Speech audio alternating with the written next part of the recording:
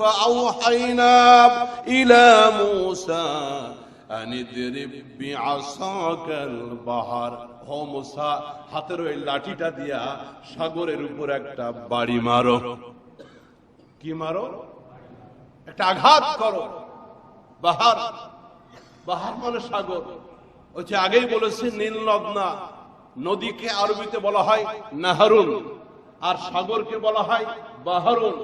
রব্বুল আলামিন পবিত্র কোরআনের সূরা আশ-শুআরা পবিত্র পরিষ্কার করে বলে দিলেন, হ্যাঁ 63 নম্বর আয়াতের ভিতরে, যে তুমি বাহরে আঘাত করো, সাগরের উপর আঘাত করো।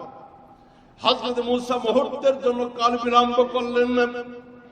হয়তো আমরা হলে প্রশ্ন করতাম, আমরা যারা বাঙালি তারা হলে প্রশ্ন করতাম, আল্লাহ আমার তো যুক্তির সাথে ধরে না, এই বিরাট সাগরের পানির উপরে লাঠি দিয়ে আঘাত করলে লাভ হবে কি? আল্লাহ, এই আঘাতটা যদি লাঠি দিয়ে ফেরাউনের ওই মাথার উপরে করতে পারতাম লাভ হতো, সাগরে আঘাত করলে লাভ হবে কি?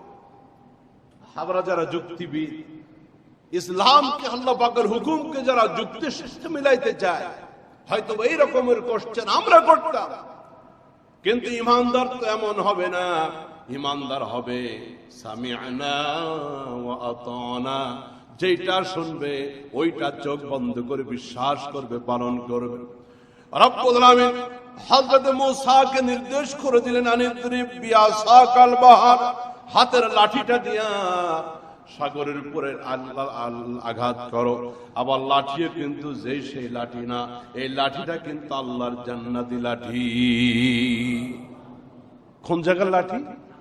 এটা বোটানিক্যাল গার্ডেনের কোন গাছের লাঠি না, এটা আল্লাহর জান্নাত থেকে হযরত আদম আলাইহিস সালাম এনেছিলেন। হাত বদল হইতে হইতে হযরত শুআয়ব আলাইহিস সালামের কাছে এই লাঠি এসে জমা হয়েছিল। হযরত মূসা যখন বিয়ে করলেন হযরত শুআয়ব আলাইহিস সালামের মেয়েকে, হযরত শুআয়ব আলাইহিস সালাম জামাইকে ভালোবেসে লাঠিটা দিলেন, বাবা এই লাঠিটা হাতে রাখো, চলতে ফিরতে কাজে লাগবে। এটা অসাধারণ লাঠি, সাধারণ লাঠি এটা নয়, এটা আল্লাহর জান্নাতি লাঠি। হযরত মূসা পয়গম্বর রবের হুকুম পালন করলেন। যেই মুহূর্তে লাঠি দ্বারা তিনি সাগরের পানির ভিতরে আঘাত করলেন, ফানফালাকা ফাকানা কুল্লু ফিরকিন কাত্তাউদিল আযীম।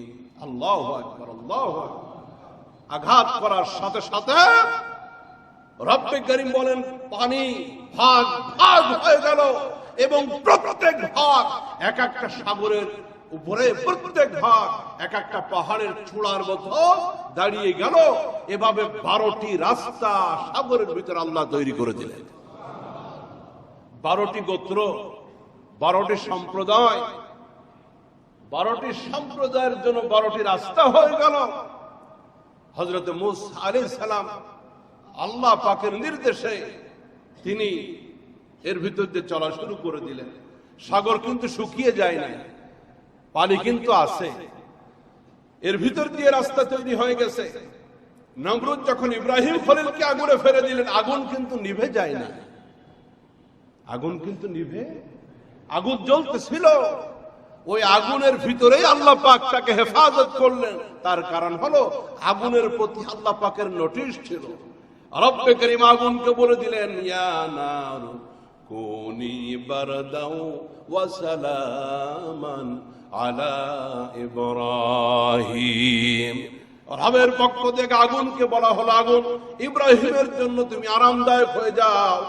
নিভে যেতে বলা হয় নাই, আগুনও কিন্তু নিভে যায় নাই। তিনি কত বড় কুদরতওয়ালা, আগুনের ভিতরে ইব্রাহিম খলিলকে নিরাপদ করে দিয়েছেন। সমুদ্রের পানিও শুকায় যায় না, কিন্তু পানিটা দুই দিকে দাঁড়িয়ে গেছে দেওয়ালের মতো হয়ে, স্বচ্ছ বেলজিয়াম কাছের মতো। এক সম্প্রদায় আর এক সম্প্রদায়কে দেখতে পারে, কারণ বনি ইসরাইল তো এই মারাত্মক ঘাটতেড়া। যদি একদল আর একদলকে না দেখে তাহলে চিন্তা করবে আমরাই মনে হয় দৌড় দিছি, বাকিরা পিছিয়ে আছে। এই রকমের কোন চিন্তা ভাবনা হয়তো করতে পারে, কারণ এই জাতিকে কন্ট্রোল করতে গিয়ে পয়গম্বর হযরত মূসা বহুত কষ্ট করা লেগেছে, বহুত তাদেরকে শাসন করা লেগেছে, বহুত কিছু দেখানো লাগছে। একেবারে 40টা বছর পর্যন্ত রব্বুল আলামিন আকাশ থেকে মান্না এবং সালওয়া খাওয়িয়েছেন। মান্না এবং সালওয়া একটা পাখি, এটা আরবে এখনো পাওয়া যায়। আর মান্না হলো এই নরম রুটির মতো, নরম রুটির মতো। এটা আকাশ থেকে এই যে কুয়াশার মতো পড়তে পড়তে জমে যেত, আর ভোনা গোশত, রান্না করা গোশত পাখি তাদের জন্য খাওয়ানো হতো। এরপরও তারা হযরত মূসাকে বলে, এক খাবার আর কতদিন, এক আইটেম আর মজা লাগে না, একটু পেঁয়াজ দিয়া, রসুন দিয়া, মশলাপাতি দিয়া, একটু এই কাশ্মীরি খাবার, পাকিস্তানি খাবার, এই বিভিন্ন আইটেমের একটু খাবার আমাদের দরকার, এক খাবার আর ভালো লাগে না। এই হলো বনি ইসরাইল। এই জন্য সমুদ্রের পক্ষে যে মুহূর্তে তারা চলে গেল, একে অপরকে যেন দেখতে পারে, এই জায়গায় যেন আর উল্টা পাল্টা কিছু না করতে পারে। রব্বুল আমিন 12টা রাস্তা তৈরি করে দিলেন এবং 12টা গ্রুপকে দেখতে পায় একেবারে বেলজিয়াম কাজের মতো চকচক করতেছে। সাইয়্যাতি আ'মালিনা من يهده الله فلا مضل له ومن يضلل فلا هادي له ونشهد أن لا إله إلا الله وحده لا شريك له ونشهد أن سيدنا وسندنا وحبيبنا وطبيبنا وطبيب قلوبنا ومولانا محمدا عبده ورسوله الذي أرسله بالحق بشيرا ونذيرا وداعيا إلى الله بإذنه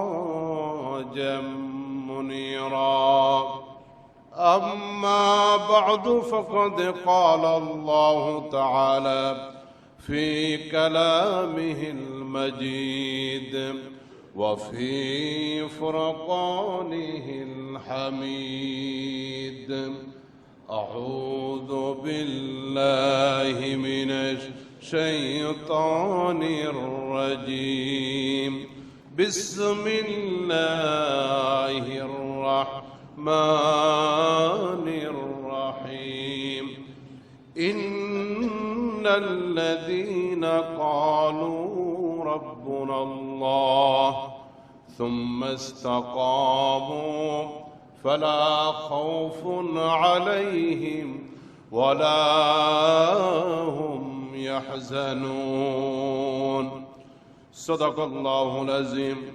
وصدق رسوله النبي الكريم ونحن على ذلك من الشاهدين والشاكرين والحمد لله رب العالمين درود إبراهيم قولي اللهم صل على محمد وعلى آل محمد كما صليت على إبراهيم وعلى آل إبراهيم إنك حميد مجيد اللهم بارك على محمد وعلى آل محمد كما باركت على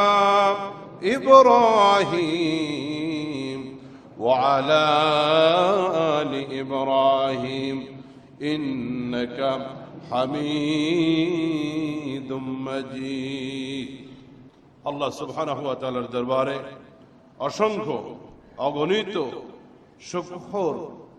শুকরিয়া এবং সুজুদ পেশ করতেছি, যিনি দয়া করে মেহেরবানি করে বছরের শ্রেষ্ঠ একটি দিন ইয়াউমে আশুরা, মাস অত্যন্ত মর্যাদাপূর্ণ মুহররম, আর দিনটি হলো শ্রেষ্ঠ দিন, গোটা বছরের শ্রেষ্ঠ দিন আশুরার দিন, মুহররমের 10 তারিখ, সাথে হলো মুসলিম জাতির সাপ্তাহিক ঈদ শুক্রবার, জুমার দিন।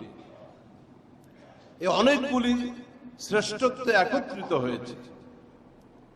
এই মহা সৌভাগ্যবান আমরা আজকে সুস্থ থেকে মালিকের পবিত্র ঘরে হাজিরা দিতে আসতে পেরেছি। এই জন্য ইয়াউমে আশুরা, আজকের এই পবিত্র দিনে, আজকের দিনটা মূলত কোনো শোকের দিন নয়। আজকের দিন হলো গোটা পৃথিবীর মুসলিমদের জন্য, গোটা পৃথিবীর ইমানদারদের জন্য আজকে বিজয়ের দিন। এদিন হযরতে মূসা আলাইহিস সালাম এবং তার সম্প্রদায়ের ইমানদার যারা, রব্বে করিম তাদেরকে বিজয় দান করেছিলেন এবং পৃথিবীর সব থেকে বড় স্বৈরাচার ফেরাউনকে আল্লাহ পাক এদিনে ডুবিয়ে মেরেছিলেন, পৃথিবী থেকে শেষ করে দিয়েছিলেন। এই জন্য আজকের দিন শোকের দিন নয়, আজকের দিন হলো মুসলিম মিল্লাতের বিজয়ের দিন। এই জন্য বিজয় কণ্ঠে মালিকের দরবারে শুকর গুজার আদায় করতে হবে। সকলে পড়ছি আলহামদুলিল্লাহ।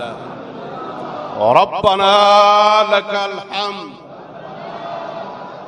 হামদান কাসীরান তাইয়িবান মুবারাকান ফীহি।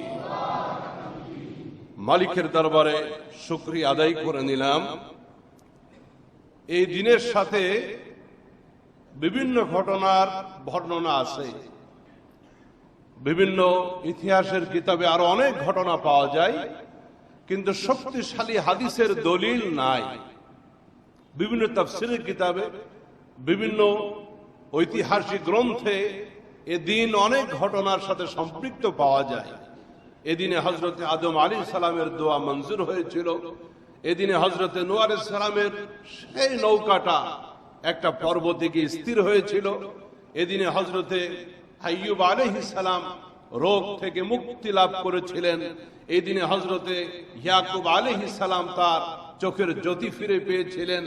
এই দিনের সাথে অনেক ঘটনার বর্ণনা আছে, কিন্তু এগুলির পিছে শক্তিশালী কোনো মজবুত দলিল নাই।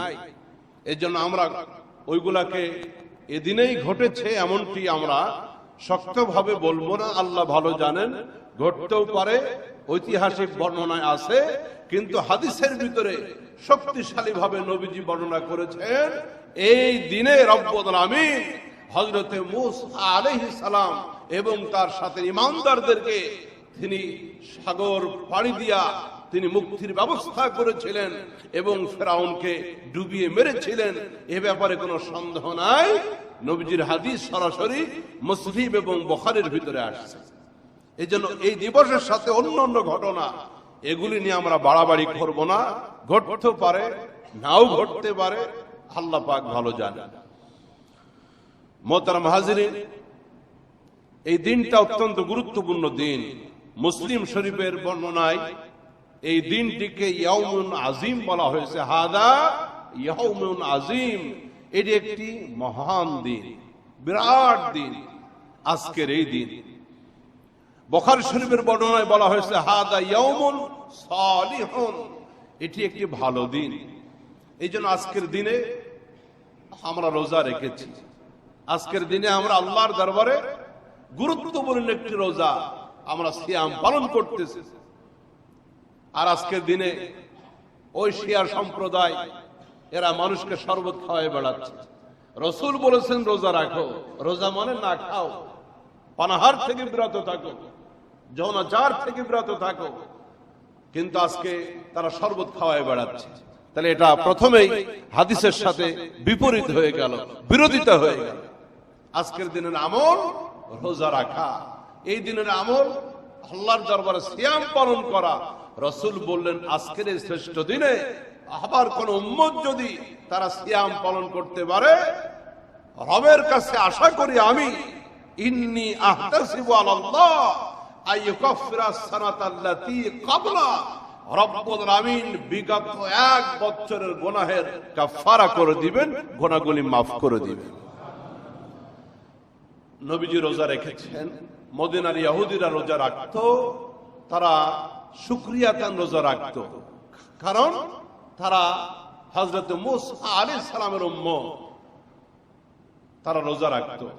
তো নবীজি আমাদেরকে বলে দিলেন রোজা আমরাও রাখবো, কারণ নবী মুসার সাথে তাদের থেকে সম্পর্ক আমাদের বেশি, ঈমানের সম্পর্ক বেশি। তারা তো ভালোবাসে, কিন্তু নবী মুসার দ্বীনকে তারা বিকৃত করেছে। তাদের মহব্বতটা মেকি মহব্বত, কিন্তু ঈমানের ভিত্তিতে আমাদের সাথে নবী মুসার ভালোবাসা অনেক বেশি। এই জন্য রোজা রাখবো আমরাও, তবে ওরা রাখে একটা, আমরা রাখবো দুইটা। ওদের আমলের বিপরীত করব, ওদের আমলের সাথে একটা বিরোধিতা হয়, যেন ওদের আমলের সাথে কোনো সামঞ্জস্যতা না থাকে। এই জন্য আমরা দুইটা রোজা রাখবো। এই জন্য আমরা গতকালও রেখেছি, আজকেও রাখবো। যারা গতকাল আজকেও রেখেছি, যারা গতকাল রাখতে পারি নাই, আজকের সাথে আর একটা আগামীকাল মিলিয়ে রাখি। রব্বে কারীম পয়গম্বর হযরত মূসা আলাইহিস সালামকে মুক্তি দিয়েছিলেন এই দিনে। তার সাথে ছিল 6 মিলিয়ন, 6 লাখ নাকি, আর 60 লাখ। হযরত মূসা আলাইহিস সালামের সাথে 6 লক্ষ লোক ছিল। তারা তার প্রতি ঈমান এনেছিল। জুলুম নির্যাতন যখন অতিমাত্রায় বেড়ে গেল এবং একসাথে 60,000 জাদুকর হযরত মূসার প্রতি, আল্লাহর প্রতি ঈমান আনলো, ফেরাউন তাদেরকে হত্যা করল। রব্বুল আলামিন তার কপালে হেদায়েত রাখেন নাই। এই জন্য একসাথে 2 জন নবী তার কাছে দ্বীনের দাওয়াত দিয়েছেন, হযরত মূসা এবং তার বড় ভাই হযরত হারুন আলাইহিস সালাম। কিন্তু কপালটা পোড়া, নবীর দাওয়াত তার কপালে লাগে না। জুলুমের অতিমাত্রা যখন খুব বেড়ে গেল, রব্বুল আলামিন এই বহু সুযোগ দানের পরে যখন সেই ঈমান আনলো না, আল্লাহ পাক তার ধ্বংসের ফয়সালা করে দিলেন। এবং যুগে যুগে গোটা পৃথিবীর স্বৈরাচার যারা জালেম, তাদের জন্য একটা শিক্ষার ব্যবস্থা করে দিলেন যে আল্লাহ পাক ছাড় দেন, কিন্তু আল্লাহ পাক ছেড়ে দেন না। তার থেকে শিক্ষা নিবে কিয়ামত পর্যন্ত স্বৈরাচারী জালেম যারা।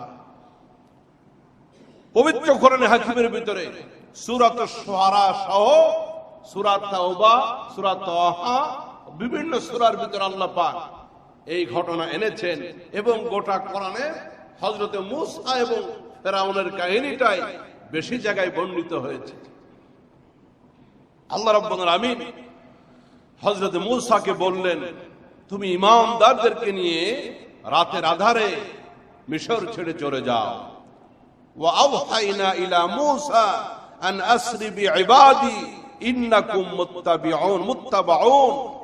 সূরা শুআরা।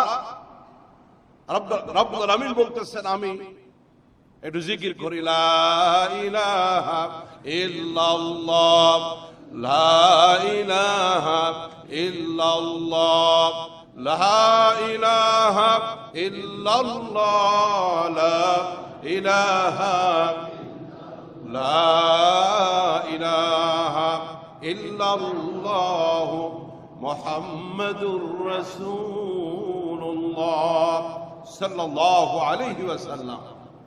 রাতের সূচনা লগ্নে হযরত মূসা আলাইহিস সালাম তিনি রওনা করলেন, সাথে 6 থেকে 6.5 লক্ষ তার উম্মত তার সাথে, যারা ঈমান এনেছিল। রব্বুল আলামিন হযরত মূসাকে বলে দিলেন, তুমি রাতের অগ্রভাগে মিশর ছেড়ে বের হয়ে যাও, তবে সাবধান, ইন্নাকুম মুত্তাবাউন, তোমাদেরকে পশ্চাৎ ধাবন করা হবে, তোমাদেরকে আক্রমণ করা হবে, তোমাদেরকে ধাওয়া দেওয়া হবে। ধাওয়া দিবে স্বৈরাচার ফেরাউন। আল্লাহ পাক তিনি সাবধান করে দিলেন। এরপরে আল্লাহ রাব্বুল আলামিন আবার বলে দিলেন, ফারসালা ফিরআউন ফিল মাদাইনি হাশিরিন। যে মুহূর্তে ফেরাউনের কাছে মেসেজ গেল যে নবী মূসা তার অনুসারীদেরকে নিয়ে রাতের ভিতরে বের হয়ে চলে গেছে, ফেরাউন গোটা মিশরের প্রত্যেকটি শহরের ভিতরে ঘোষণা করে দিল যে মরক ডাকার সাথে সাথে প্রত্যেকেই বের হয়ে যা এবং তাদেরকে ধাওয়া করো। ঘোড়া নিয়ে ঊর্ধ্বগামী বাহনের পিঠে ঝরে লক্ষ লক্ষ সোলজার অস্ত্রে সজ্জিত পাঠিয়ে দেওয়া হলো হযরতে মূসার পিছে বনী ইসরাইলের ইমানদারদেরকে ধরার জন্য। হযরতে মূসা তার জীবনের একটা কঠিন পরীক্ষা হবে আজকে, তার নবুয়তি জীবনের শ্রেষ্ঠ পরীক্ষা বলা যায়। লোহিত সাগরের পাড়ে আজকে সেই পরীক্ষার সম্মুখীন হবেন তিনি। রব্বুল আলামিন পবিত্র কোরআন হাকিমের ভিতরে আমাদেরকে বললেন, যে মুহূর্তে 6 থেকে 6.5 লক্ষ ঈমানদারদেরকে নিয়ে হযরতে মূসা আলাইহিস সালাম লোহিত সাগরের পাড়ে চলে গেলেন। আচ্ছা, হযরতে মূসা পার হয়েছেন লোহিত সাগর, আর ফেরাউন ডুবে মরছে কোথায়? হ্যাঁ, নীল নদের পক্ষে কারা কারা? প্রচলিত আছে নীল নদে ডুবে মারা গেছে। নীল নদটা মিশরের ভিতর দিয়েই, তবে এটা একটা ভুল প্রসিদ্ধি। রেড সি, লোহিত সাগরে মারা গেছে ফেরাউন। লোহিত সাগর হলো এশিয়া এবং আফ্রিকা মহাদেশের ভিতর দিয়ে প্রবাহিত হয়ে গেছে। পৃথিবীর অন্যতম লবণাক্ত একটি সাগর হলো লোহিত সাগর, রেড সি। এটা একটি লবণাক্ত সাগর এবং সাগরের দুই পাড়ে 6টি দেশ, পূর্ব পাড়ে সৌদি আরব এবং ইয়েমেন, পশ্চিম তীরে মিশর, সুদান সহ আরো কয়েকটি দেশ লোহিত সাগরের দুই পাড় দিয়া, দুই তীর দিয়া। এর সর্বোচ্চ গভীরতা হলো মাঝ বরাবর গড়ে 1600 ফুট এবং এর সর্বোচ্চ গভীরতা মাঝে গড় গভীরতা হলো 1600 ফুট এবং লোহিত সাগরের একেবারে মধ্যখানের গভীরতম গভীরতা হলো 8200 ফুট। এই গভীরতম সাগরের পাড়ে গিয়া হযরত মূসা আলাইহিস সালাম 6.5 লক্ষ বনী ইসরাইল নিয়ে হাজির। পিছে লক্ষ্য করে দেখে আওয়াজ আসতেছে, ধর মার কাট আওয়াজ আসতেছে। পিছে দাঙ্গাবাজ অস্ত্র শস্ত্র সজ্জিত ফেরাউনের সন্ত্রাসী বাহিনী, আর সামনে অথই জলরাশির সমুদ্র লোহিত সাগর। কোন দিকে যাবে? রব্বুল আলামিন বলেন, এমন একটি কঠিন মুহূর্ত মুমিনদের সামনে, ঈমানদারদের সামনে যখন চলে আসলো। অনেকেই নতুন মুসলমান, অল্প কদিন আগেই মুসলমান হয়েছে, ঈমানটা এখনো পাকাপোক্ত খুব হয় নাই। লোকগুলি ভয় পেয়ে গেল। রব্বুল আলামিন বলেন, ফালাম্মা তারাল জামআন ক্বালা আসহাবু মূসা ইন্না লামুদরাকুন। যে মুহূর্তে উভয় পক্ষ একে অপরকে দেখলো, চোখাচোখি হয়ে গেল, ঈমানদাররা হযরত মূসাকে বলল, পয়গম্বর, আর তো বাঁচার কোনো উপায় নাই, এবার তো ধরা খেয়ে গেলাম, এবার তো আমাদের মৃত্যু ছাড়া কোনো উপায় নাই। বহু কষ্ট করে মিশর থেকে পালিয়ে আসলাম, কিন্তু সাগর পাড়ি দিতে গেলেও ধরা খেয়ে যাব। আবার আমাদেরকে বাহিনীর লোকেরা ধরলে কেটে টুকরা টুকরা করে দিবে। কারণ ফেরাউনের দরবারে একটাই আইন, ধরতে পারলে মৃত্যুদণ্ড দাও, ফাঁসিতে ঝুলাইয়া দাও, কেটে কেটে টুকরা টুকরা করে দাও। কিভাবে বাঁচতে পারবো? আর কোনো উপায় নাই, আমরা ধরা পড়ে গেলাম। এবার পয়গম্বর মূসা যেই কথাটা দিয়া রব্বুল আলামিনের দরবারে তাদেরকে সাহস দিলেন, হযরত মূসা বললেন, ক্বালা কাল্লা, কখনোই ধরা তোমরা খাবে না। কতটা কনফিডেন্স! সমুদ্র হয়ে যাবে, সাগর হয়ে যাবে, সেইটা কিন্তু এখনো হযরত মূসা জানেন না।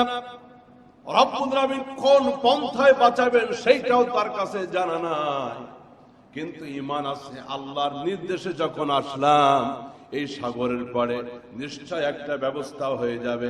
এই জন্য হযরতে মূসা কালিমুল্লাহ শতভাগ তাওয়াক্কুল নিয়া, রবের প্রতি কনফিডেন্স নিয়া বললেন, কাল্লা ইন্না মাইয়া রাব্বি।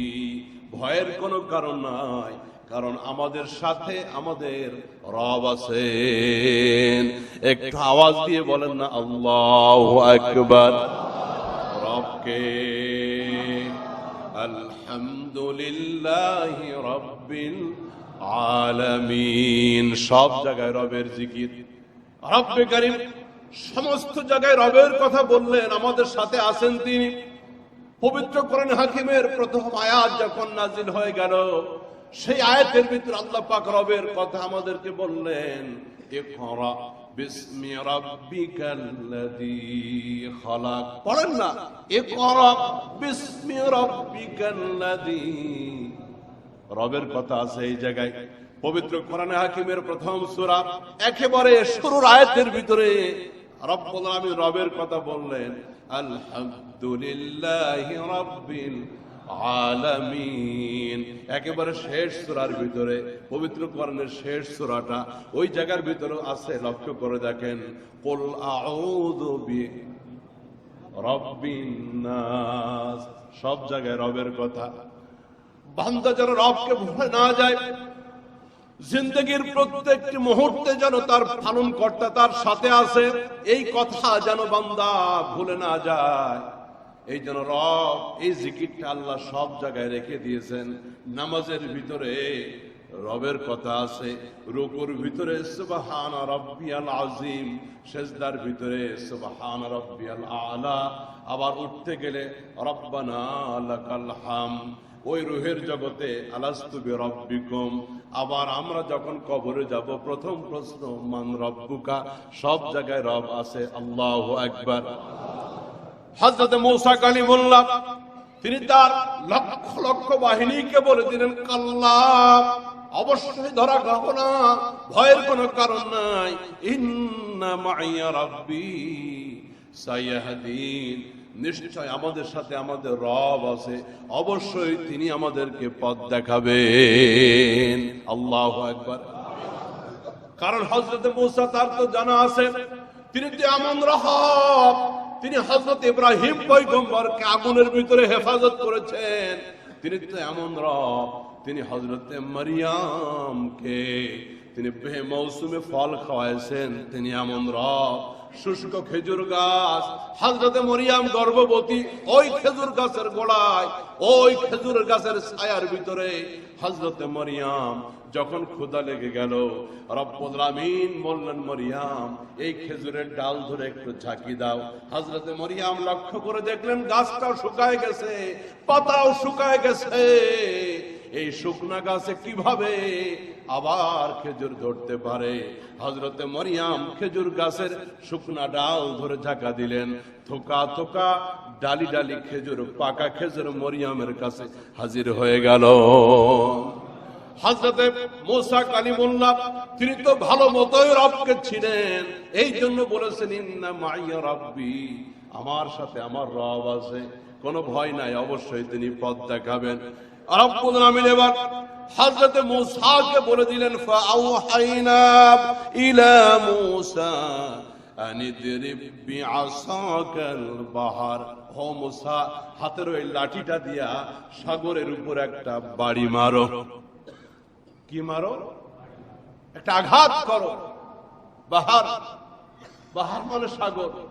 ওই যে আগেই বলেছি নীল নদ, নদীকে আরবিতে বলা হয় নাহরুন, আর সাগরকে বলা হয় বাহরুন। রব্বুল আমিন পবিত্র কোরআনের সূরা আশ-শুআরা পবিত্র পরিষ্কার করে বলে দিলেন, হ্যাঁ 63 নম্বর আয়াতের ভিতরে, যে তুমি বাহরে আঘাত করো, সাগরের উপর আঘাত করো। হযরত মূসা মুহূর্তের জন্য কাল বিলম্ব করলেন না। হয়তো আমরা হলে প্রশ্ন করতাম, আমরা যারা বাঙালি তারা হলে প্রশ্ন করতাম, আল্লাহ আমার তো যুক্তির সাথে ধরে না, এই বিরাট সাগরের পানির উপরে লাঠি দিয়ে আঘাত করলে লাভ হবে কি?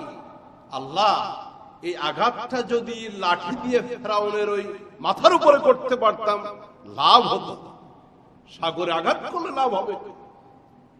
আমরা যারা যুক্তিবিদ, ইসলামকে আল্লাহ পাকের হুকুমকে যারা যুক্তির সাথে মিলাইতে চায়, হয়তো এই রকমের কোশ্চেন আমরা করতাম। কিন্তু ইমানদার তো এমন হবে না। ইমানদার হবে সামি'না ওয়া আতা'না, যেটা শুনবে ওইটা চোখ বন্ধ করে বিশ্বাস করবে, পালন করবে। রব্বুল আমিন হযরত মূসাকে নির্দেশ করে দিলেন, আনিদরিব বিআসাকাল বাহার, হাতের লাঠিটা দিয়া সাগরের উপরে আঘাত করো। আবার লাঠিও কিন্তু যে সেই লাঠি না, এই লাঠিটা কিন্তু আল্লাহর জান্নাতি লাঠি। কোন জায়গার লাঠি? এটা বোটানিক্যাল গার্ডেনের কোন গাছের লাঠি না, এটা আল্লাহর জান্নাত থেকে হযরত আদম আলাইহিস সালাম এনেছিলেন। হাত বদল হইতে হইতে হযরত শুআয়ব আলাইহিস সালামের কাছে এই লাঠি এসে জমা হয়েছিল। হযরত মুসা যখন বিয়ে করলেন হযরত শুআয়ব আলাইহিস সালামের মেয়েকে, হযরত শুআয়ব আলাইহিস সালাম জামাইকে ভালোবেসে লাঠিটা দিলেন, বাবা এই লাঠিটা হাতে রাখো, চলতে ফিরতে কাছে লাগবে। এটা অসাধারণ লাঠি, সাধারণ লাঠি এটা নয়, এটা আল্লাহর জান্নাতি লাঠি। হযরত মুসা পয়গম্বর রবের হুকুম পালন করলেন। যেই মুহূর্তে লাঠি দ্বারা তিনি সাগরের পানির ভিতরে আঘাত করলেন, ফানফালাকা ফাকানা কুল্লু ফিরকিন কাত্তাউদিল আযীম। আল্লাহু আকবার, আল্লাহু আকবার। আঘাত করার সাথে সাথে রব্বে করিম বলেন পানি ভাগ ভাগ হয়ে গেল, এবং প্রত্যেক ভাগ এক একটা সাগরের উপরে, প্রত্যেক ভাগ এক একটা পাহাড়ের চূড়ার মতো দাঁড়িয়ে গেল। এভাবে 12টি রাস্তা সাগরের ভিতরে আল্লাহ তৈরি করে দিলেন। 12টি গোত্র, 12টি সম্প্রদায়, 12টি সম্প্রদায়ের জন্য 12টি রাস্তা হয়ে গেল। হযরত মূসা আলাইহিস সালাম আল্লাহ পাকের নির্দেশে তিনি এর ভিতর দিয়ে চলা শুরু করে দিলেন। সাগর কিন্তু শুকিয়ে যায় না, পানি কিন্তু আছে, এর ভিতর দিয়ে রাস্তা তৈরি হয়ে গেছে। নমরুদ যখন ইব্রাহিম খলিলকে আগুনে ফেলে দিলেন, আগুন কিন্তু নিভে যায় না, আগুন কিন্তু নিভে, আগুন জ্বলতেছিল, ওই আগুনের ভিতরেই আল্লাহ পাক তাকে হেফাজত করলেন। তার কারণ হলো আগুনের প্রতি আল্লাহ পাকের নোটিশ ছিল। রব্বে করিম আগুনকে বলে দিলেন, ইয়া নারু কুনি বারদাও ওয়া সালামান আলা ইব্রাহিম। রবের পক্ষ থেকে আগুনকে বলা হলো, আগুন ইব্রাহিমের জন্য তুমি আরামদায়ক হয়ে যাও। নিভে যেতে বলা হয় নাই, আগুনও কিন্তু নিভে যায় নাই। তিনি কত বড় কুদরতওয়ালা, আগুনের ভিতরে ইব্রাহিম খলিলকে নিরাপদ করে দিয়েছেন। সমুদ্রের পানিও শুকায় যায় না, কিন্তু পানিটা দুই দিকে দাঁড়িয়ে গেছে দেওয়ালের মতো হয়ে, স্বচ্ছ বেলজিয়াম কাছের মতো। এক সম্প্রদায় আর এক সম্প্রদায়কে দেখতে পারে, কারণ বনি ইসরাইল তো এই মারাত্মক ঘাটতাড়া। যদি একদল আর একদলকে না দেখে তাহলে চিন্তা করবে আমরাই মনে হয় দৌড় দিছি, বাকিরা পিছে আছে। এই রকমের কোন চিন্তা ভাবনা হয়তো করতে পারে, কারণ এই জাতিকে কন্ট্রোল করতে গিয়ে পয়গম্বর হযরত মূসা বহুত কষ্ট করা লেগেছে, বহুত তাদেরকে শাসন করা লেগেছে, বহুত কিছু দেখানো লাগছে। একেবারে 40টা বছর পর্যন্ত রব্বুল আলামিন আকাশ থেকে মান্না এবং সালওয়া খাওয়িয়েছেন। মান্না এবং সালওয়া একটা পাখি, এটা আরবে এখনো পাওয়া যায়। আর মান্না হলো এই নরম রুটির মতো, নরম রুটির মতো। এটা আকাশ থেকে এই যে কুয়াশার মতো পড়তে পড়তে জমে যেত, আর ভোনা গোশত, রান্না করা গোশত পাখি তাদের জন্য খাওয়ানো হতো। এরপরও তারা হযরত মূসাকে বলে, এক খাবার আর কতদিন, এক আইটেম আর মজা লাগে না, একটু পেঁয়াজ দিয়া, রসুন দিয়া, মশলাপাতি দিয়া, একটু এই কাশ্মীরি খাবার, পাকিস্তানি খাবার, এই বিভিন্ন আইটেমের একটু খাবার আমাদের দরকার, এক খাবার আর ভালো লাগে না। এই হলো বনি ইসরাইল। এই জন্য সমুদ্রের পক্ষে যে মুহূর্তে তারা চলে গেল, একে অপরকে যেন দেখতে পারে, এই জায়গায় যেন আর উল্টা পাল্টা কিছু না করতে পারে।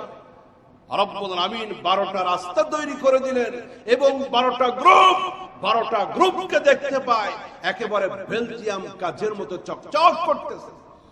রব্বুল আমিন আল ওয়া আসলাফনা থাম্মাল আখারিন, এরপরে আমি পরবর্তী গ্রুপকে পাঠিয়ে দিলাম। হযরত মূসা যে মুহূর্তে তার 12টা গোত্র নিয়ে পানির ভিতরে চলে গেলেন, মাঝ দরিয়ায় যখন চলে গেছেন, মাঝ দরিয়ায় সমুদ্রের মাঝখানে যখন চলে গেছেন, ফেরাউন এবং তার বাহিনী সাগরের পাড়ে চলে আসছেন, লোহিত সাগরের পাড়ে। দলবল ভয় পাইতেছে, তার কারণ হলো তাদের তো ঈমানের কোনো বালাই নাই, কিন্তু ফিরআউন তাদেরকে ভয় দিল, এই রাস্তা আমি করে রাখছি আগে থেকে, ভয়ের কোনো কারণ নাই, শুধু ঢুকবা আর তাদেরকে হত্যা করবা, এটা আমার করা, এটা আমার তৈরি করা রাস্তা, কোনো টেনশন তোমরা করবা না। আল্লাহ রাব্বুল আলামিন বলেন, ওয়া আনজাইনা মূসা ওয়া মান মাআহু আজমাইন সুম্মা আগরাকনাল আখারিন। হযরত মূসা তার সম্প্রদায় নিয়ে ইমানদারদেরকে নিয়ে দরিয়া পার হয়ে চলে গেলেন। দিনটা ছিল আজকের এই দিন, দিনটা আজকের এই 10 তারিখ, আজকে কয় তারিখ? হ্যাঁ, আর মাসটা ছিল মুহররম। এই জন্য ইতিহাসটা আল্লাহ আজকের এই মুহররমের এই মাসের 10 তারিখেই ঘটনা। হযরত মূসা পার হয়ে চলে গেছেন, এবার ফিরআউন তার বাহিনী নিয়ে ঢুকে পড়েছে, ভাবছে এমন সুন্দর রাস্তা, এই রাস্তা কি আর নষ্ট হবে? বিনা পয়সায় একেবারে পিচ ঢালা রাস্তা হয়ে গেছে। তার বাহিনী নিয়ে যখন মাঝ দরিয়ায় চলে গেল, রব্বে কারীম এবার পানিকে অর্ডার করলেন, খুব আগে যেটা গেছে ওটা বন্ধু ছিল, এখন যেটা ঢুকছে চরম দুশমন। পানিও কার কথা শোনে ভাই? আরো জোরে বলেন। বাতাস কার কথা শোনে? এই যে ভেনেজুয়েলার একটা মারাত্মক ভূমিকম্প হয়ে গেল, শত শত মানুষ মারা গেছে, সংখ্যা জানা নাই আমার, কঠিন ভূমিকম্প হয়ে গেছে। আমাদের বাংলাদেশেও কিন্তু গত সপ্তাহে 2-1 বার কাঁপুনি গেছে, ঝাঁকুনি গেছে। খেলাধুলাওয়ালারা বলছে আমাদের দল যেহেতু খেলবে, ভূমিকম্প একটু হইতেই পারে। নাউজুবিল্লাহ, জোরে বলেন। তামাশা সব জায়গায় চলবে না, খবরদার খবরদার। আল্লাহ পাক চাইলে, গবেষকরা বলতেছেন, বিজ্ঞানীরা, ঢাকা শহর যে অবস্থানে আছে, একটু ভালো করে নাড়া দিলেই গোটা ঢাকার কোন অস্তিত্ব থাকবে না। একটা মরণ ফাঁদের ভিতরে 24টা ঘন্টা বসে আছো, একটা মৃত্যুর ঝুঁকির উপত্যকার ভিতরে রয়েছি আমরা।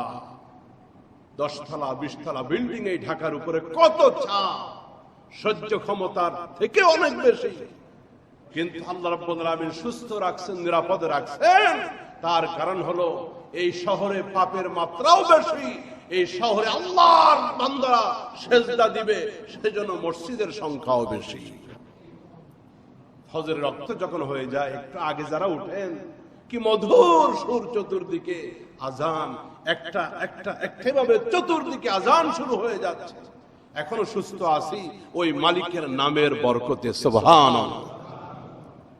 এবার ফিরআউন যখন ঢুকে গেল, রব্বুল আলামিন পানিকে অর্ডার করে দিলেন, এবার ওকে ধরো, আমার দুশমন।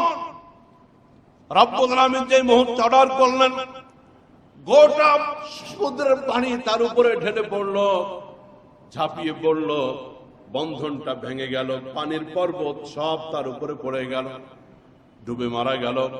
আল্লাহ রাব্বুল আলামিন বলেন, ইন্না ফি যালিকা লাআয়া ওয়া মা কানা আকসারুহুম মুমিনিন ওয়া ইন্না রাব্বাকা লাহুয়াল আজিজুর রহিম। রাব্বুল আলামিন বলেন যে সে ডুবে মারা গেল, এবং ওই মুহূর্তে সে আল্লাহর প্রতি ঈমান আনতে চেয়েছে, কিন্তু এমন মুহূর্ত, ওই মুহূর্তে আর তওবা কবুলের মতো সুযোগ তার সামনে ছিল না। এই জন্য আমার মুহতারাম হাজিরিন ভাইরা, রব্বুল আলামিন পৃথিবীর একজন শ্রেষ্ঠ স্বৈরাচার জালেমকে এই মাসের এই তারিখে পৃথিবী থেকে বিদায় করে দিয়েছেন। এটা গোটা দুনিয়াবাসীর জন্য শিক্ষা। নবীজি রোজা রেখেছেন শুকরিয়া তা, এবং এভাবেই ইমানদারদেরকে আল্লাহ যুগে যুগে সাহায্য করবেন, এবং পৃথিবীর নতুন নতুন স্বৈরাচার যারা হতে চায় তারা যেন শিক্ষা গ্রহণ করে। নমরুদ এত বড় ক্ষমতাবান ছিল, এই পৃথিবীতে টিকতে পারে নাই, ফিরআউন টিকতে পারে নাই, কারুন টিকতে পারে নাই, হামান টিকতে পারে নাই, আবু জেহেল টিকতে পারে নাই। এই জন্য জুলুম থেকে বেঁচে থাকা, মানুষের প্রতি ইনসাফ করা, মানুষের প্রতি ন্যায় বিচার করা। রব্বুল আলামিন আমাদের সকলকে এই স্বৈরাচারদের থেকে শিক্ষা গ্রহণ করার তৌফিক দান করেন, আমিন। তাহলে আমরা এই মাস বেশি বেশি রোজা পালন করব। নবীর কাছে একজন এসেছে, ইয়া রাসূলুল্লাহ, ইয়া হাবিবাল্লাহ, আমি রোজা পালন করব কোন দিনে? নবীজি তাকে বলে দিলেন, তুমি মুহররম মাসে বেশি বেশি রোজা পালন করবা। তার কারণ হলো আফদালুস সিয়ামি বাদা রমাদান শাহরুল্লাহিল মুহররম। গোটা রমজান মাসের পরে রোজার জন্য সবথেকে ফজিলতপূর্ণ মাস হলো মুহররম মাস। ওয়া আফদালুস সালাতি বাদাল ফরিদা সালাতুল লাইল। এবং এটাও ভালো করে মনে রাখো, ফরজ নামাজের পরে সবথেকে উত্তম নামাজ হলো রাতের নামাজ, তাহাজ্জুদের নামাজ। দুইটা মেসেজ দেওয়া হলো, একটা হলো রমাদানের পরে রোজা রাখার জন্য পূর্ণাঙ্গ একটি মাস হলো মুহররম। তাহলে আজকে রোজা, আগামীকাল রোজা বা গতকাল যারা রাখছেন, এটাই কিন্তু শেষ না। এই মাসের শেষ পর্যন্ত চেষ্টা করব নফল সিয়াম বেশি বেশি রাখার জন্য। এবং আরেকটি কথা বললেন, 5 ওয়াক্ত ফরজ নামাজের পরে যত নফল নামাজ আছে সব থেকে গুরুত্বপূর্ণ নামাজ তাহাজ্জুদের নামাজ। এটা কখন? তাহাজ্জুদ শুরু হয় কখন থেকে? আচ্ছা, এশার পর থেকে তাহাজ্জুদ শুরু হয়ে যায়। তবে সব থেকে গুরুত্বপূর্ণ টাইম হলো রাতের গভীরতা যখন শুরু হয়। হ্যাঁ, রাত্রি 2টা, 2:30, 3টা, এর থেকে সুবহে সাদিক পর্যন্ত। যদি কেউ মনে করে যে রাতের বেলা উঠতে গেলে হয়তো আমার কষ্ট হবে বা আমি ক্লান্ত আছি, উঠতে পারবো না, তাহলে তিনি এশার পরে, এশা নামাজের পরে 2 রাকাত সুন্নত পড়ে, 2 রাকাত 4 রাকাত তাহাজ্জুদের নামাজ পড়ে এরপরে বিতির পড়বে। যদি কেউ মনে করে যে আমার রাতে উঠতে আমার কোন নিশ্চয়তা নাই, ক্লান্ত পরিশ্রান্ত আছি, ওটা সম্ভব হবে না, তাহলে এশার পরে তাহাজ্জুদের নিয়তে সে 2 রাকাত, 4 রাকাত, 6 রাকাত যতটুকু পরে নফল নামাজ পড়ে নিবে। এটাও ওই নফলের অন্তর্ভুক্ত হবে। তবে সব থেকে গুরুত্বপূর্ণ টাইম হলো রাতের গভীরতা। তার কারণ হলো এই পৃথিবীর রাজা বাদশাদের যেমন দরবার থাকে 2টা, একটা হলো আম দরবার, একটা হলো জেনারেল দরবার, সকলে আসতে পারে, সকলেই বসতে পারে। আর একটা হলো খাস দরবার। ওই খাস দরবারে বাদশা সারাদিনের ব্যস্ততা সেরে, দেন দরবার বিচার আচার সেরে তিনি তখন খাস দরবারে বসেন, কিছু খাস খাস বন্ধুদেরকে ডাকেন। খাস দরবারে সবাই যাইতে পারে? এই পৃথিবীর রাজা বাদশাদের যেমনি ভাবে 2টা দরবার থাকে, আম দরবার, খাস দরবার, সব রাজা বাদশাদের বড় বাদশা, সবাইকে তিনি রিজিক দেন, ইজ্জত দেন, মহান মালিক আল্লাহ রাব্বুল আলামিন। তারও 2টা দরবার আছে। এই যে মসজিদে বসে আছে একসাথে হাজার হাজার মানুষ, এটা হলো আম দরবার। 5 ওয়াক্ত মসজিদের নামাজের ভিতরে এটা হলো আম দরবার। কিন্তু রাতের বেলা তাহাজ্জুদের মুহূর্তে স্ত্রী ঘুমিয়ে আছে, সন্তান ঘুমিয়ে আছে, বাড়ির সকলেই ঘুমিয়ে আছে, মহল্লার মানুষগুলি ঘুমিয়ে আছে। একাকী রাতের ভিতরে বান্দা ওযু করে যায় নামাজে দাঁড়ায় গেল, বাড়ির সকলে ঘুমানো জেগে আছে, সে এবং তার মালিক আল্লাহ। এই মুহূর্তে খাস দরবার 2 ফোঁটা চোখের পানি ছেড়ে দিয়া রবের দরবারে বান্দা যা কিছু চাইবে এই দরবারে কবুল হয়ে যাবে। আল্লাহ রাব্বুল আলামিন বলেন অত্যন্ত আবেগ দিয়া, রাসূল বলেন অত্যন্ত আবেগ দিয়া, মহব্বত দিয়া, যে মুহূর্তে বান্দা আল্লাহর দরবারে চায়, বান্দার চোখের থেকে 2 ফোঁটা পানি নাকের ডগায় আসতে দেরি হয়, ওই বান্দার দোয়া রবের দরবারে মঞ্জুর হতে দেরি হয় না। এজন্য এখন থেকে নিয়ত করি, শরীরটা সুস্থ আছে, এখন থেকে নিয়ত করি বেশি বেশি একটু নফল ইবাদতের। বয়স হয়ে গেলে তো আর নিজের চলাফেরাই কষ্ট হয়ে যাবে। আমাদের যুবক শ্রেণীদেরকে বলবো, ভাই রাত জেগে জেগে খেলা দেখতে কষ্ট হয় না, বসার জায়গা পাই নাই, দাঁড়িয়ে দাঁড়িয়েই ঘন্টার পর ঘন্টা কাটিয়ে দিলাম। একটু আল্লাহর দরবারে দাঁড়ানোর অভ্যাস করো। অভ্যাসটা যদি এখন থেকে হয়, তাহলে এই অভ্যাসের কারণে বার্ধক্যে গিয়েও, আমার এই অভ্যাসটার কারণে আমি বয়স হয়ে গেলেও এই অভ্যাসের কারণে আমার ইবাদত করা সহজ হয়ে যাবে। তা না হলে হঠাৎ করে দাড়ি পাকলে শুরু করব, হঠাৎ করে 60 বছর হলে শুরু করব। প্রথমত 60 বছর হবে তার কি গ্যারান্টি আছে? দ্বিতীয়ত হলো অভ্যস্ত যদি যৌবন কাল থেকে না হয়, তখন গিয়ে কষ্ট হয়ে যাবে। পারবো, কিন্তু কষ্টের সাথে পারবো। আল্লাহ পাক আমাদের সমস্ত মুরব্বীদেরকে আল্লাহ সুস্থতা এবং হায়াত বাড়িয়ে দিক। আমার যুবক শ্রেণী যারা, তরুণ যারা, বেশি বেশি যেন নফল সিয়াম, নফল নামাজ, তাহাজ্জুদের অভ্যস্ত যেন আল্লাহ আমাদেরকে করে দেন। এই জন্য চেষ্টা প্রচেষ্টা করা। রব্বুল আমিন আমাদের সমস্ত বেদাত থেকে, শিরক থেকে, কুসংস্কার থেকে আল্লাহ আমাদের সকলকে হেফাজত করুন। সবাই বলে না আমিন। তাহলে এই মাসটা অত্যন্ত গুরুত্বপূর্ণ মাস, নফল সিয়ামের মাস, বেশি বেশি তওবা ইস্তেগফারের মাস। এই মাস আমরা সমস্ত কুসংস্কার থেকে বেঁচে থাকব। অনেকে মনে করে এই মাস মুহররম মাস, হয়তো বিয়ে শাদী করা যাবে না। এই মাসে অনেকে মাটিতে ঘুমায়, বিছানায় ঘুমায় না। এই মাসে 10 তারিখে হোসাইনের রক্ত পড়ছে মাটিতে। এগুলি মূলত কুসংস্কার, এগুলির সাথে ইসলামের তেমন কোনোই সম্পর্ক নাই। এই জন্য সমস্ত বেদাত এবং শিরক থেকে আল্লাহ আমাদেরকে হেফাজত করেন। বেশি বেশি নফল ইবাদত এবং রাতের তাহাজ্জুদের অভ্যস্ত আল্লাহ আমাদের সকলকে করে দেন, এবং যেন পরকালে এই আমলগুলি আমাদের নাজাতের জরিয়া হয়। ওয়া আখির দাওয়ানা আনিল হামদুলিল্লাহি রাব্বিল আলামিন। সুন্নাত যাদের বাকি আছে আমরা সুন্নাত আদায় করি।